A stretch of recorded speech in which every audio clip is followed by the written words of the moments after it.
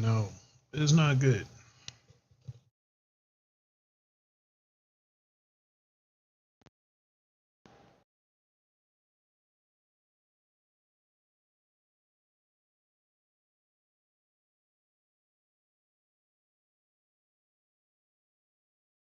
Notes and interviews directly naming Trump as an alleged abuser. And NPR was the first major outlet to confirm that, what I think we also all kind of knew. Because as the Epstein scandals unfolded with the release of files, the redaction issues, the fallout, the open secret here has been that even with all the information in the 3 million released pages, the Trump administration still wasn't telling us everything. And NPR's investigation found dozens of documents apparently cataloged in the DOJ database, but not released publicly. And in their analysis of 3 different sets of serial numbers on the files, NPR found 53 pages of interview documents and notes missing from the public Epstein database. And of course, in addition to that being ethically very concerning, that is despite the Trump administration being required by law to release all the files. And, I'd give you 3 guesses into what NPR found in these unreleased documents, but you already know. You're guessing it, you're using the context clues. A woman naming Trump as her sexual abuser when she was just a child. Right? And specifically, the woman says that back in 1983, when she was just 13 years old, Epstein introduced her to Trump, who tried forcing her into sex before she fought back and bit him, and saying in response, Trump punched her in the head and kicked her out. And that woman was apparently interviewed by the FBI 4 times, but NPR reports that only the first interview makes an appearance in the public database. That one interview that was public,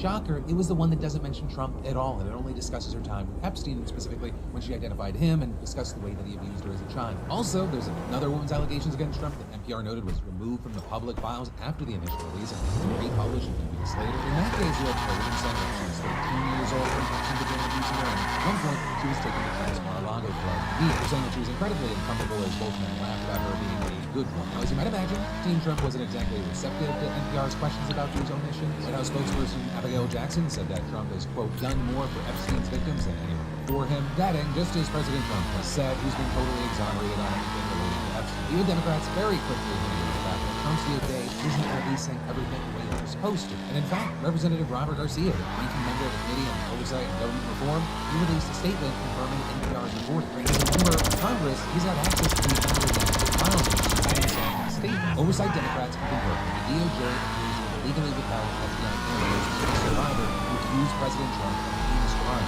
Oversight Democrats opened a parallel investigation covering up direct evidence of a potential assault by the President of the United States is the most serious possible crime in this White House cover-up. While this is obviously a massive escalation of the Epstein fallout with the President and also contemplating other prominent figures here that are facing some heat. So there you're seeing things like celebrity doctor Peter Attia stepping down from his position at CBS over scrutiny about his email exchange with Epstein. But the spokesperson saying he stepped back to ensure his involvement in becoming a strategy for important work and saying he wishes the network and its leadership well and has no further comment at this time. Then over in the UK, you have the former UK ambassador to the US being arrested on suspicion of misconduct in public office because of his connection with Epstein. And then back over in the States, you have Casey Wasserman, who's been facing calls to resign from his position as chair of the 2028 Los Angeles Olympics over his emails with Epstein and Ghislaine Maxwell. But still, with all that, there is this question of will there be any real accountability, whether it be someone like Casey Wasserman all the way up to Trump. But also, as you have all this playing out, we then have to talk about another scandal involving Representative Gonzalez. Because a growing number of politicians are calling for the Republican representative to resign over allegations he had an affair with a former staff member who died by suicide last year. And as far as specifics, that staff member is Regina Santos Aviles. According to texts seen by several publications, Gonzalez sent sexually explicit messages to her, asking for sexy images and what her favorite position is. Those messages also appear to continue, even though she told him he was going too far. Also, at some point, she even questioned if Gonzalez had hired her just because he thought that she was hot. Other messages show that they were beat up on occasions and Regina also allegedly texted a colleague to say she, quote, had an affair with our boss. Now, as far as the messages, some of those have been shared by her husband, Adrian, who's spoken out about this both online and by his lawyer. This lawyer also accusing Gonzalez of pressuring Regina into a relationship and forcing her to make requests of a sexual nature. And while you have Gonzalez denying that he's ever had an affair or did anything wrong here, this is notably going down as he's in the middle of a very heated primary. The voters at the polls on March 3rd, he's fighting to keep his seat to represent. You're through to your garage. You need me to bring you a ride? YouTuber by the name of Brendan Herrera, and in the last I'll bring it to you. Gonzalez only beat him by 400 votes. So, there was already potential that this was going to be another very close race, and now you got Herrera running ads about this reported affair with the narrator saying, an affair that puts Republicans at risk of losing the seat and handing control of Congress to the Democrats. That's a risk we Shoot. can't afford. Now with that, you have Gonzalez Yep. slamming Herrera, saying it's shameful that Brendan Herrera is using a disgruntled former staffer to smear her memory and score political points, and adding, I am not going to engage in these personal smears and instead will remain focused on helping President Trump secure the border and improve the lives of all Texans. Also, you've got Gonzalez accusing Regina's widower and his lawyer of blackmail, saying it's disgusting to see people profit politically and financially off that. He then also shared a screenshot of an alleged email that says $300,000 settlement for an NDA. Then with that, you had the husband shooting back. We have never blackmailed anyone. What we've seen instead is a consistent pattern of evasion, refusal to take accountability, and outright lies. Today, though, you still deeply represent people who deserve the truth, not more deception. Now, one of the big things that you're seeing is several congressmen who are asking Gonzalez to answer to its people by stepping out of the election. Lauren Boebert saying Gonzalez saying deserve space for releasing that link, saying these text messages are disgusting and inexcusable. Number of times, passing his own staff in the middle of the night. Your son is growing up without his mother. Nothing happened. We have zero tolerance for those who abuse their power over others. Zero. It does not matter what party you are in. Texans deserve a congressman who does not prey on women. Now that said, for his part, Speaker Mike Johnson has not called for resignation, but he addressed the issue saying these are serious accusations and it must be taken seriously, and I've told him he's got to address that with his constituents, and he's in the process of doing it. I'm also adding that investigation in both Texas and the Office of Congressional Conflict will play out. But that is, of course, many want immediate action of justice, considering that all this is going. And there, it does appear worth noting that some decided to be affair we do not officially know that.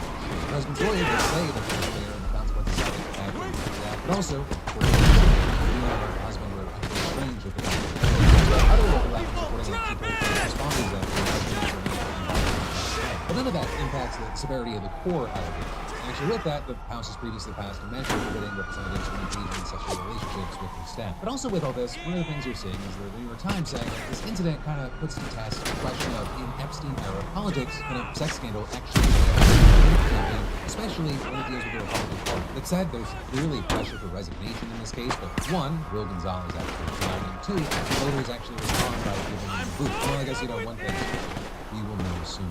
And then there's what we're going to dive into in just a minute, but let me thank a sponsor real quick and say, I don't want toast for people who feel like I should be going a cutting board for $200. And that's why I'm obsessed with Wild Grain, who also is a delicious sponsor of today's show. Wild Grain is really roasted pastries, breads, pastas, and pastries that taste like a seasonal place. Everything's made with slow fermented roasted dough. You pour that crazy and pop it in the oven, and suddenly the house smells baking.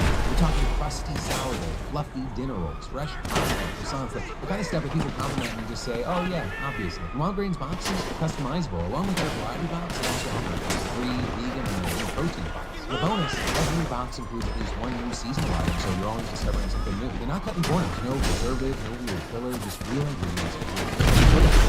Toasting, carbs that feel international instead of American. Plus, every box includes 2 meals to a food security nonprofit, which means carbs with a conscience. So, scan the QR code or go to wildgrain.com/event for $30 off the first box and 3 croissants for life. Yes, croissants forever. Wildgrain.com/event. Let future you enjoy better bread. Then, diving right back into the news, ICE is teaching cadets to violate the Constitution. And they were attempting to cloak it in secrecy by demanding that I lie. that is just one part of what ex-ICE agent Brian Schwenk had to say about ICE and after years of work for ICE, Schwenk said that he resigned because he just couldn't take the agency to become anymore. I swore an oath to uphold the Constitution when I joined ICE on August 1st, 2011, as an assistant chief counsel. I followed that oath,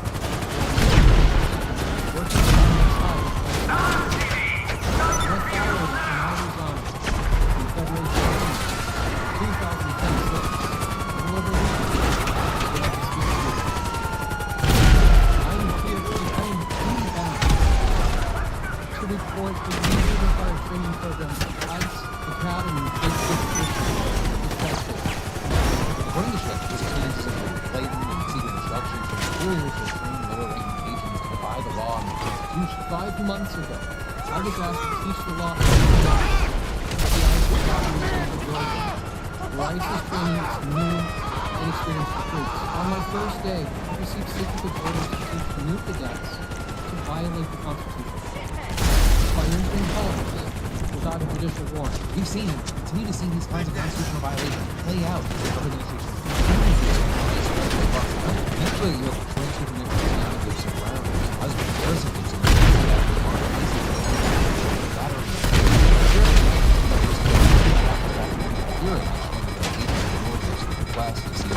He asked them if they had a warrant. Officers at the door that they did have a warrant, and it was signed by a judge. The officer simply ignored his request. We knew no one could just barge into our homes without a warrant. What you need, 4 days boss? after Some Gibson's wheels? arrest, a I can judge bring 'em ordered around. his release, ruling that, surprise, surprise, I'll get there as soon as I agents can. violated Gibson's Fourth Amendment rights against unlawful search and seizure. This is just one of the many accounts across the country where immigrants are fearing that even staying behind closed doors can't keep them safe from ICE. Schwenk even testified that refusing to perpetrate these types of violations would have cost him his job. On my first day at I was instructed to read the midterm amendment, which claimed ICE officers could enter homes effectively if they want. Never in my career had I ever received such a blatant and unlawful order, nor one conveyed in such a manner. Incredibly, who's being shown this memo receipt by my supervisor? Now, Gibson and Schwenk, they're mostly aggressive Fourth Amendment violations. ICE, they reportedly slashed through a litany of constitutional rights. Has left the public wondering if ICE agents are even bound to the Constitution or even laws at all. The free speech and the right to protest, it seems like more suggestions than rights to the ICE agents to seem to be able to demonstrate across the country. Also, a free press, I think, has already been arrested for ICE-related reporting. And that doesn't even get into ICE's more general legal violations, profiling, observer harassment, and excessive use of force. And according to Schwenk, these issues are due to THS gutting ICE's training, including classes that seem most fundamental to being a law enforcement officer at any level. For the last 5 months, I watched ICE dismantle the training program, cutting 240 hours of vital classes from 534-hour programs. Classes that teach the Constitution, our legal system, firearms training, the use of force, lawful arrests, proper detention, and the limits of officers' ICE is openly with protocol and often exacerbating challenges in their role. But also, why would ICE, who's allegedly meant to save us from dangerous immigrants, and I would say allegedly is doing a lot of work here, want to risk liability? The Schwenk, he addressed that as well. Yet, in the name of an endless stream of officers, DHS leadership has dismantled the academic practice that we need to know that cadets can safely and lawfully perform their job. All to satisfy the thousands of new officers before the end of the year. We've seen this influx of officers because the administration will not stop talking about it. At the beginning of this year, we had Homeland Security reporting a historic 100%. They claim to have the number of officers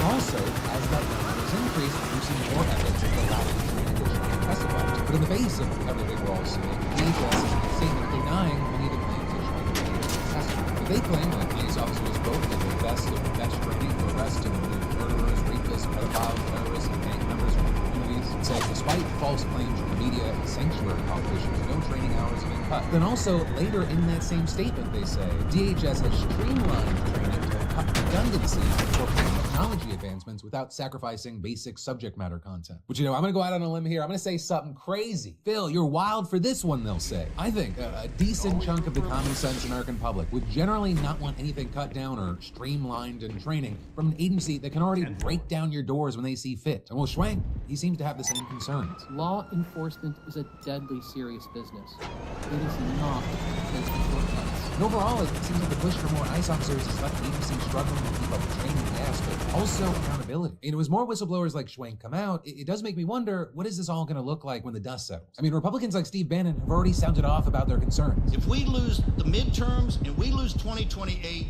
some in this room are going to prison, myself included. Also, following Alex Preddy's murder, we saw a seemingly tense moment between Kristi Noem and Greg Covino. The two seemed to start pointing fingers as soon as the blowback from the shooting started, and both seemed to rest on the fact that they had simply been following orders from the president in their respective positions, where of course Covino is now going to be. Though also, famously, there was another group of law enforcement officers who were, quote, just following orders, and that it went out so well for them. So, you know, with ex-ICE whistleblowers putting fingers at weak training standards, volatile agents that seem to do legal limits, and Republican leadership that won't make the appropriate changes, it seems like there's definitely legal questions to consider. And with the president himself, may have skirted the law so far, we've also seen real-time examples over the last few years that he's going to look out for number one. So that luck may not go for everyone else. For Trump, he looks out for Trump, but hey, time will tell. And then there's even more we've got to dive into, but first, let me have a minute and thank you so much to say, it is wild how one hold on.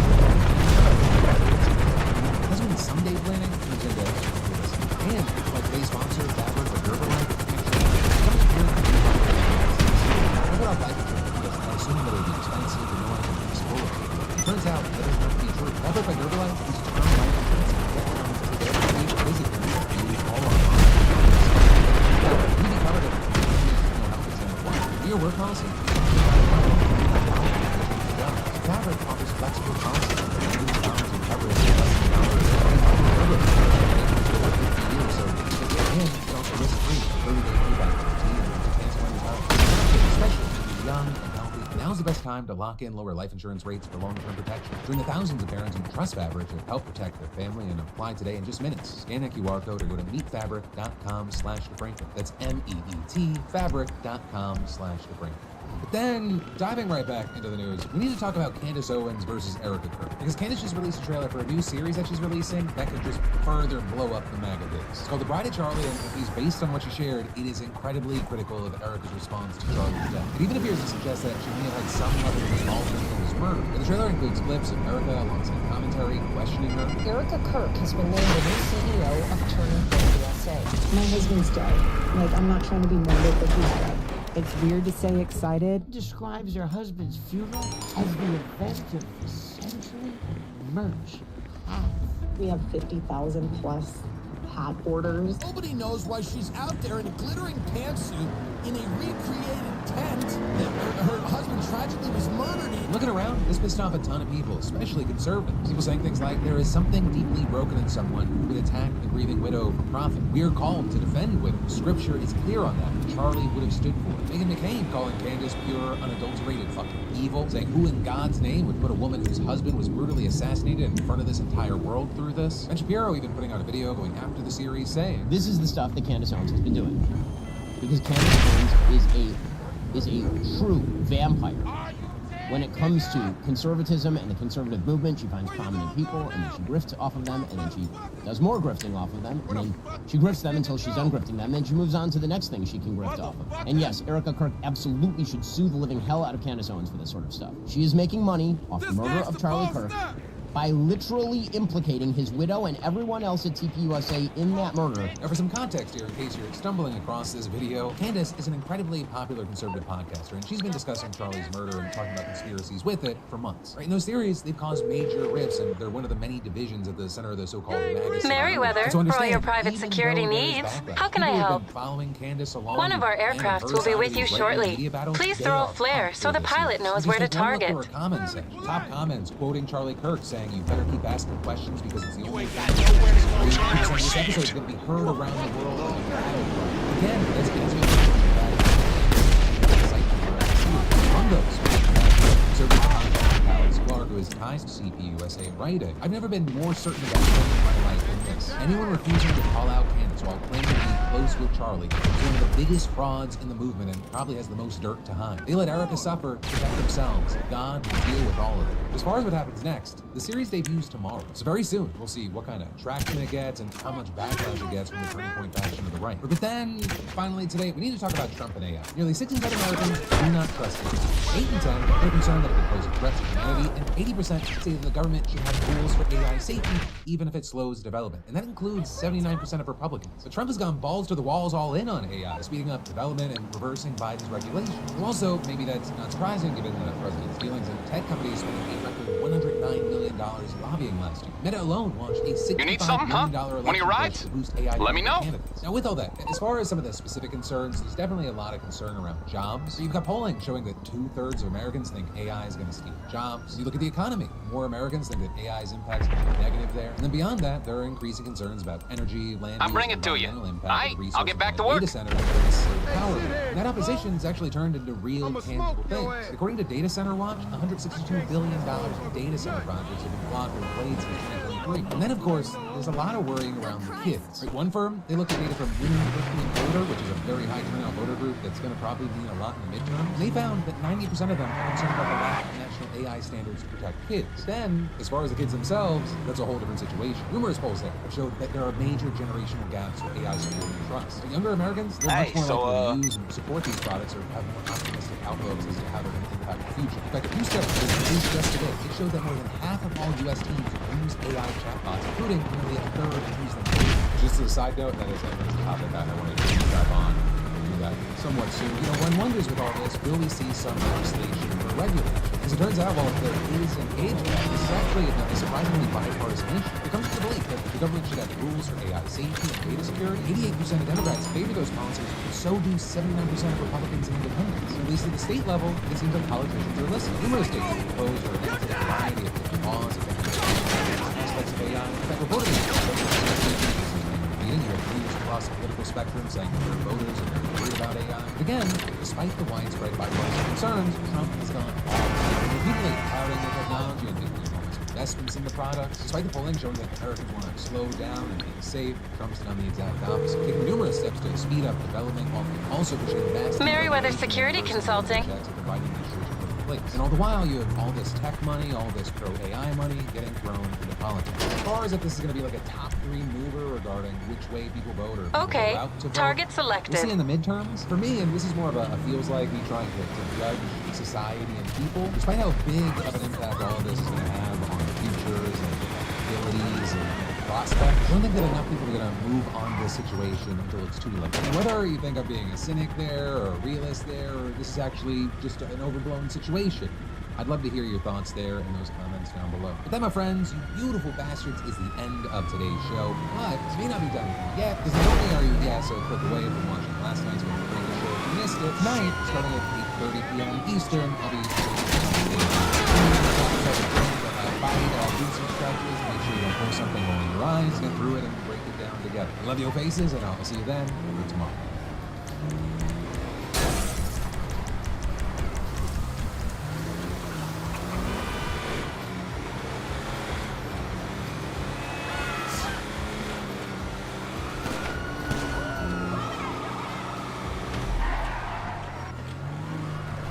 Nothing came out about me. We will continue to follow the law. No plan. I will put that disgusting we're all lies about the Epstein files. From Donald Trump to Tom Bondi to Kash Patel to Howard Lutnick. They're all attached. The mission. Remember this? Out of the way! Please, Tom Bondi talked about how she has the Epstein files on her desk. Here she is. This is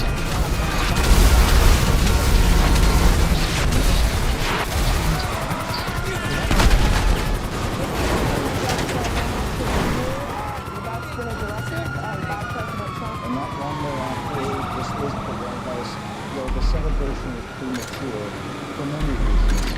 In part because most of these files were already public information.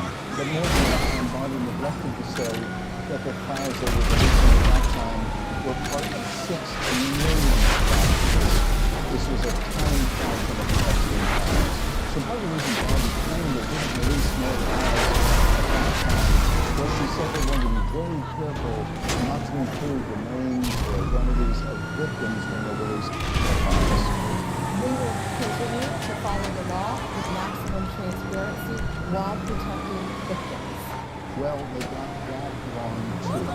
Because when they were finally compelled by law, Congress passed a bipartisan law to compel the release of the Epstein files, they trickled them out, but still didn't redact all of the victims' names. In fact, some victims appeared over and over and over again in these files, including photographs, nude photographs with the faces of young girls released by the Trump administration, a scandalous injury to people who had already been victimized. Another broken promise by Pam Bondi. Now, even as they failed to redact the victims' names, there's increasing evidence that what they did redact were the names and identities of some of the perpetrators. This is a 2014 email to Jeffrey Epstein from Redacted saying, "Thank you for a fun night. Your littlest girl was a little naughty." This is from 2018. A Redacted sender emails Epstein, quote, "I found at least 3 very good young poor, but we were so tired." There's further indication in this email about the subject matter when it says this: "Meet this one, not the beauty queen, but both likes her a lot." Another says she's like Lolita from Nabokov's novel, where the email goes on to say, "Fun miniature and has a little smiley face." And if you haven't read Lolita, it's about a middle-aged man falling in love with a 12-year-old. That's what the email is addressing. Now, these are redacted. The senders are redacted. The identities are redacted. Why are they redacted?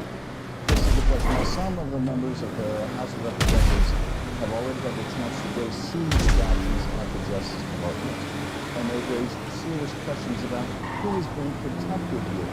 And there are 6 men, some of them with their photographs that have been redacted. There's no explanation why those people were redacted.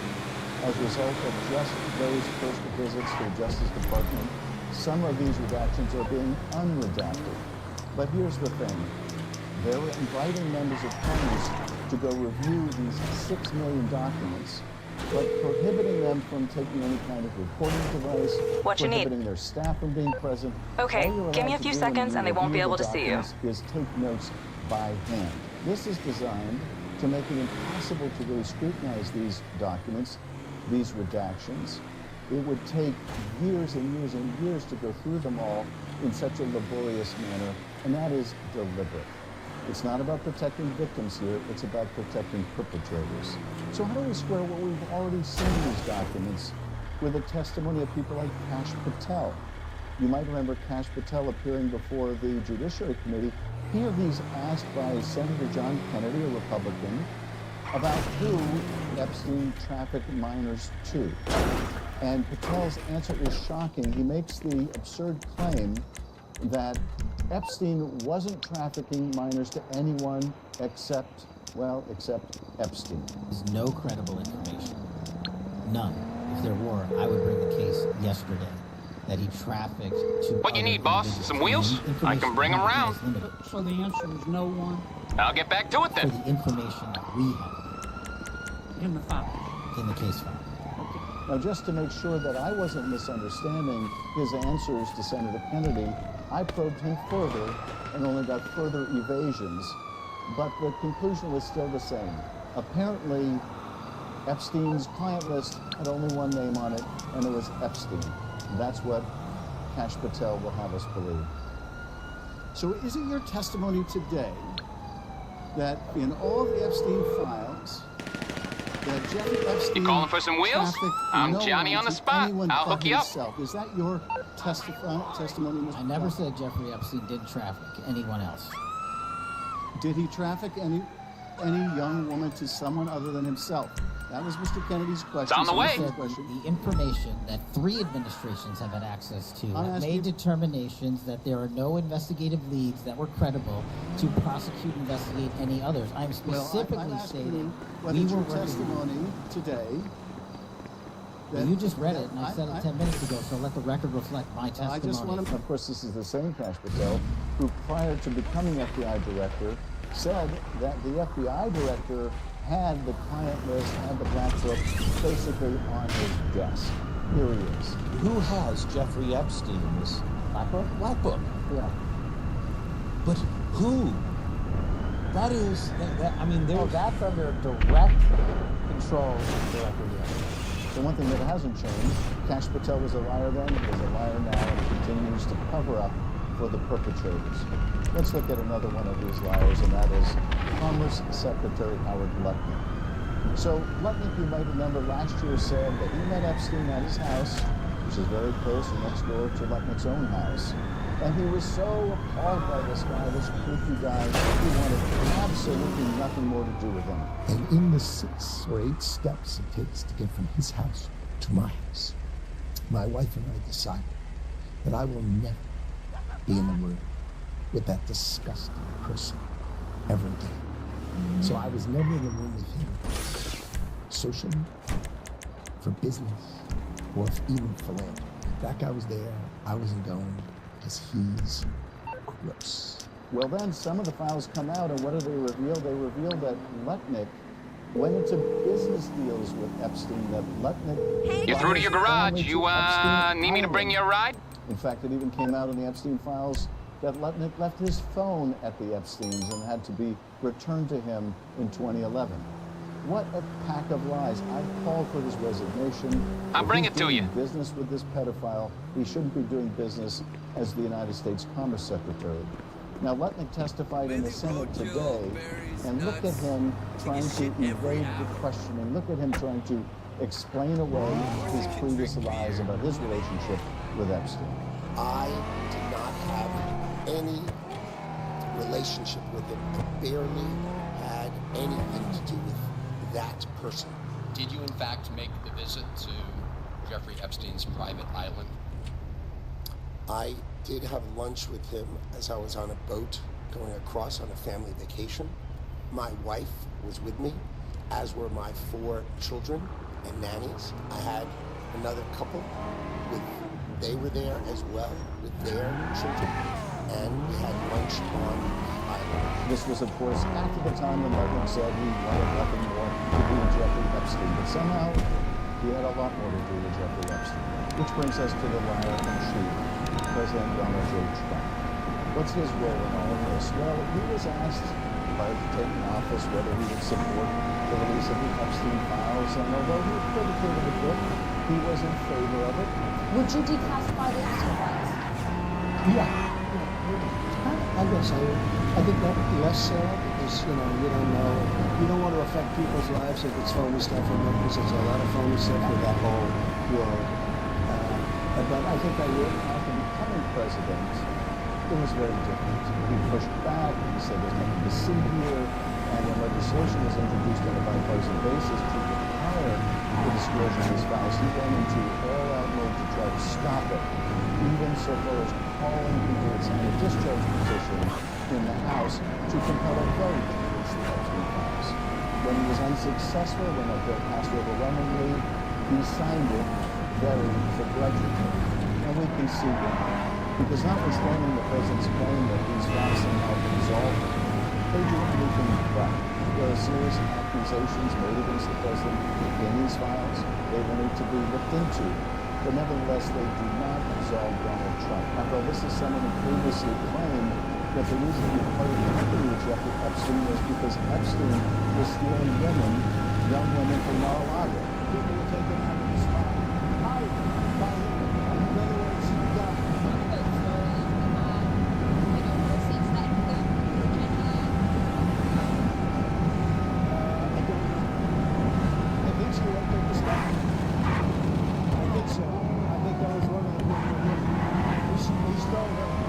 says he wants the country to move on. He admitted to apparently Marjorie Taylor Greene that his friends might get hurt with these releases, and he wants the country to move on. And when Greene said to the president, why won't you allow this? Why won't you permit this to be released? Trump said this, quote, "My friends will get hurt," focusing on powerful men, not the victims. I think it's really time for the country to get into something else. And now that nothing came out about me, other than there was a conspiracy against me, literally, by Epstein and other people. But I think it's time now for the country to maybe get into something else. Well, the country is not going to be. Not until that law is followed, not until these files are released unredacted, at least as far as the perpetrators are concerned. There's going to be no let up until there is some justice, and that justice must begin with transparency. So I don't really care what the president's friends are going to get hurt. What I care about is the fact that so many victims were hurt, and so many victims were hurt again when the Justice Department so callously pushed out information about them and not the perpetrators. So we're going to keep the pressure on until these files are released, until the law is observed, and until the victims get a measure of justice. I'm joined now by Senator Elizabeth Warren. Thanks for joining me. Thank you for having me. So we have some big news today as it relates to the Fed monetary policy. Donald Trump, in an effort to punish Jerome to quickly enough reduce the interest rates, he's now opened up a criminal investigation for them. Of course, Donald Trump's DOJ was perfectly content to oblige. That's why someone like Jeanine Pirro is in the DOJ, is a U.S. attorney. So first and foremost, can I have your reaction to this news that Trump has yet again weaponized the government against a political opponent? So look, we've been watching Trump use the government like it's his own personal security enforcement force to be able to follow through on evidence that Trump has got. But this one is truly shocking beyond shocking. There's never been anything like it before. A president trying to do this to a Federal Reserve Chair. Just back up for 1 second. Remember, we have an independent Fed and have had for decades, Democratic administrations, Republican administrations. Why? Because we want confidence, as much as possible, that the Fed is making decisions about monetary policy, raising interest rates, lowering interest rates, controlling inflation, responding to unemployment, based on the economic numbers and not on the fact of how many days out are we from the next election. There's a real concern that if the President of the United States gets his hands on the dial on interest rates, what will happen is every president will be tempted to juice the economy by lowering those interest rates just before an election. And you get this kind of rush of money into the economy like a sugar high, something that may feel good in the short term, but even the medium term, much less the long term, really bad for the economy, potentially driving up both unemployment and inflation simultaneously. So we've done this for years. Donald Trump, basically from the day he got in office, has chafed under this and wanted to control it. And he has tried, he's threatened to fire Jerome Powell. He's tried to fire another Federal Reserve Governor, Lisa Cook. He has said publicly that he will not appoint anyone to run the Fed who will not do exactly what Donald Trump wants. He does not agree with Donald Trump 100% of the time. In other words, he wants a sock puppet over at the Fed. And so when Jerome Powell, calmly, very soberly, won't roll over and play dead, Donald Trump now wants his Justice Department to attack him with some phonied up notion of a criminal indictment over trying to rehab an old historic Fed building. And this really is just a power on Donald Trump's part. And Jerome Powell, to his credit, is saying, you're not going to push me around. Also, is there not some irony in the fact that Donald Trump thinks that what's disqualifying here is some issue related to a federal building? Like, while the guy has knocked down the entire East Wing of the White House with zero approval, zero authority to be able to do so? Isn't that a stunner? I mean, this guy, talk about someone who has no self-reflection. Yeah. And is willing to spew it all out, but sure doesn't think about, wait a minute, what has he just been doing? He's the guy who's knocked down the East Wing of the White House and keeps changing what he's going to build with no oversight. This is Donald Trump playing king, both in trying to control the Fed and in deciding what the White House wants